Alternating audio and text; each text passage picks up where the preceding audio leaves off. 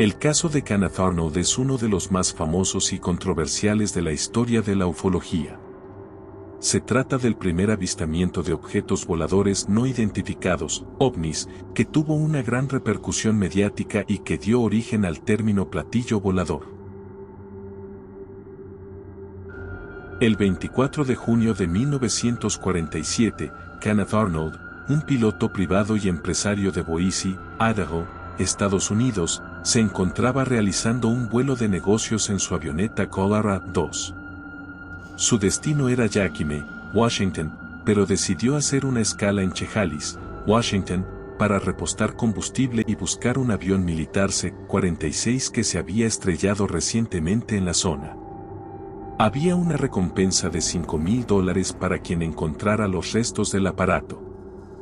Arnold despegó de Chehalis a las 14 p.m. y se dirigió hacia el Monte Rainier, el pico más alto de la cordillera de las Cascadas. El cielo estaba despejado y la visibilidad era excelente. Arnold volaba a una altitud de unos 2.800 metros y a una velocidad de unos 260 kilómetros por hora. A las 15 p.m., cuando se encontraba cerca del Monte Rainier, Arnold vio un destello brillante que llamó su atención.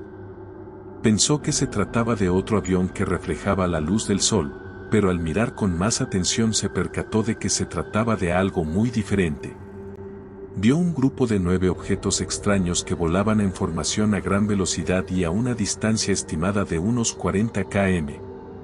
Los objetos tenían forma de media luna o ala delta y eran muy brillantes por el reflejo del sol.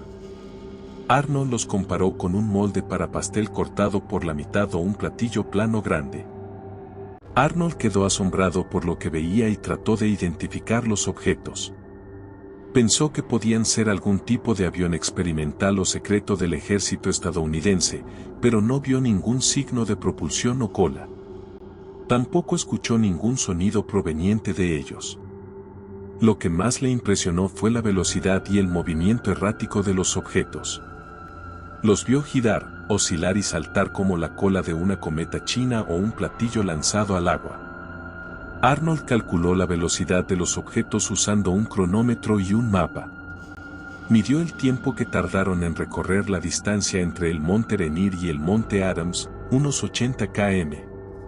El resultado fue asombroso, solo 102 segundos, lo que equivale a una velocidad media de unos 2.800 km/h, mucho mayor que la de cualquier avión conocido en esa época. Arnold siguió observando los objetos hasta que desaparecieron tras el Monte Adams. Luego intentó comunicarse por radio con otros pilotos o con alguna torre de control para informar sobre lo que había visto, pero no obtuvo respuesta. Decidió continuar su vuelo hacia Yakima y aterrizar allí para contar su historia. Arnold llegó a Yakima a las 16 p.m. y fue recibido por Al Baxter, el representante local de la Administración Civil Aeronáutica, el organismo encargado de regular la aviación civil en Estados Unidos. Arnold le contó lo que había visto y le mostró sus cálculos sobre la velocidad de los objetos. Baxter quedó sorprendido y escéptico ante el relato de Arnold, pero lo consideró un hombre honesto y experimentado como piloto. Arnold también habló con otros pilotos que se encontraban en el aeropuerto y les preguntó si habían visto algo extraño en el cielo. Ninguno dijo haber visto nada parecido a lo que describía Arnold, pero algunos le comentaron que habían escuchado interferencias en la radio cuando él intentaba comunicarse. Arnold decidió seguir su viaje hacia Pendleton, Oregon, donde tenía previsto pasar la noche antes de regresar a Boise al día siguiente. En el camino, hizo otra escala en Portland, Oregon, donde volvió a contar su historia a otros pilotos y a un oficial de la CAA. Todos se mostraron incrédulos y burlones ante el testimonio de Arnold, que empezó a sentirse frustrado y molesto por la falta de credibilidad. Arnold llegó a Pendleton a las 19 horas y se alojó en el Hotel Radland. Allí se encontró con un amigo, Bill Buckett, que era reportero del periódico local East Oregonian. Arnold le confió lo que había visto y le pidió que no lo publicara, ya que temía que lo tomaran por loco o mentiroso. Sin embargo, Beckett no pudo resistir la tentación de escribir una nota sobre el asunto y la envió a la agencia Associated Press, que la distribuyó a nivel nacional. Al día siguiente, 25 de junio de 1947, la historia de Arnold apareció en los principales periódicos del país, con titulares como Piloto ve 9 platillos voladores o Piloto dice que vio objetos voladores más rápidos que el sonido. La nota de Beckett contenía un error crucial, afirmaba que Arnold había dicho que los objetos tenían forma de platillo, cuando en realidad se refería a su movimiento. Así nació el término platillo volador, que pronto se popularizó para designar a los ovnis. La noticia causó un gran impacto en la opinión pública y despertó el interés de los medios de comunicación, los militares, los científicos y los aficionados a los fenómenos paranormales. Arnold se convirtió en una celebridad involuntaria y recibió cientos de llamadas, cartas y visitas de personas que querían saber más sobre su experiencia o que afirmaban haber visto algo similar. También fue contactado por varios periodistas, investigadores y agentes del FBI, que le hicieron todo tipo de preguntas y le pidieron que repitiera su historia una y otra vez. Arnold trató de mantenerse firme y coherente en su relato, pero pronto se dio cuenta de que había entrado en un mundo desconocido y peligroso, donde se mezclaban la curiosidad, la incredulidad, el sensacionalismo, la desinformación y la conspiración. Su vida nunca volvería a ser la misma después de aquel vuelo cerca del Monte Rainier.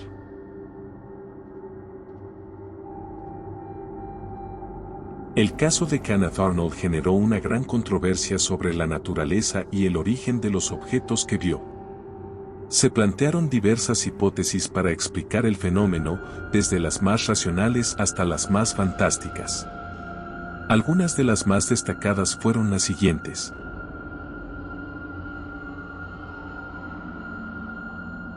Algunos sugirieron que los objetos eran aviones experimentales o secretos del ejército estadounidense o de alguna otra potencia extranjera, como la Unión Soviética. Sin embargo, esta hipótesis fue descartada por los propios militares, que afirmaron no tener ningún avión capaz de alcanzar las velocidades y maniobras descritas por Arnold.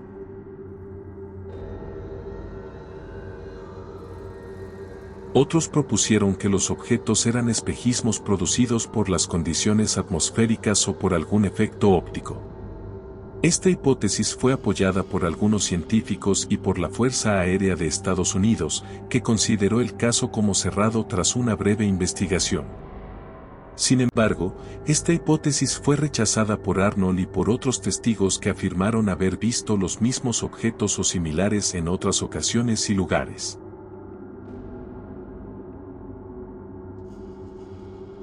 También se sugirió que los objetos eran meteoritos o fragmentos de algún cuerpo celeste que entraron en la atmósfera terrestre. Esta hipótesis fue defendida por algunos astrónomos y expertos en meteorología. Sin embargo, esta hipótesis tampoco convenció a Arnold ni a otros testigos, ya que los objetos no dejaron ningún rastro ni produjeron ningún sonido al entrar en contacto con el aire.